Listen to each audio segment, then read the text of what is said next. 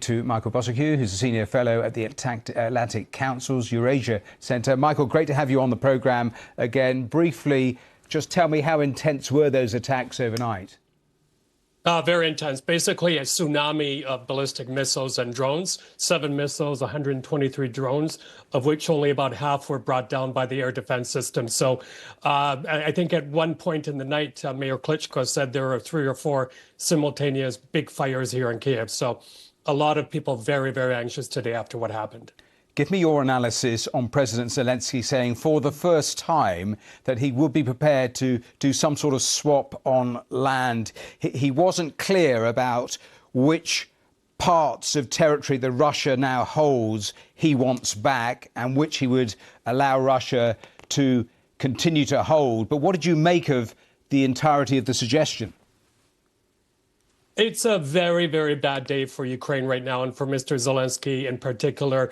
I think what he's thinking about is trying to swap Ukrainian-occupied land in Russia for what the Russians hold, but I don't think they're going to be giving much up. And as for Frank's analysis there, I agree with everything, except one thing is that I think in terms of negotiating with the Russians, Ukraine does have a lot more capability than it had, say, a year ago, especially in terms of long-range drones, things like that. So the ground is shifting very, very quickly every day. But the fact remains is that Ukraine does have capability that it never had before. He is desperate, though, for Patriot missiles, and that doesn't look, listening to Pete Hegseth, like they are coming, as well as talking about land exchanges. He was talking to being open about giving America rare earth minerals to let them be part of the reconstruction, all those building contracts, trying to, in a sense, hook Donald Trump. Do you get a sense, though, in that elongated interview he's done, President Zelensky, an element of desperation now?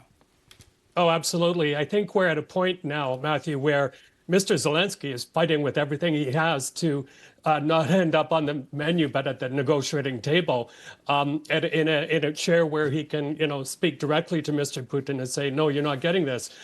Look, after Mr. Trump said that maybe one day Ukraine will be part of Russia, I don't think anything surprises us anymore. In fact, you did, on the one hand, have gaping mouths on Ukrainian television just an hour or so ago when all of this was said.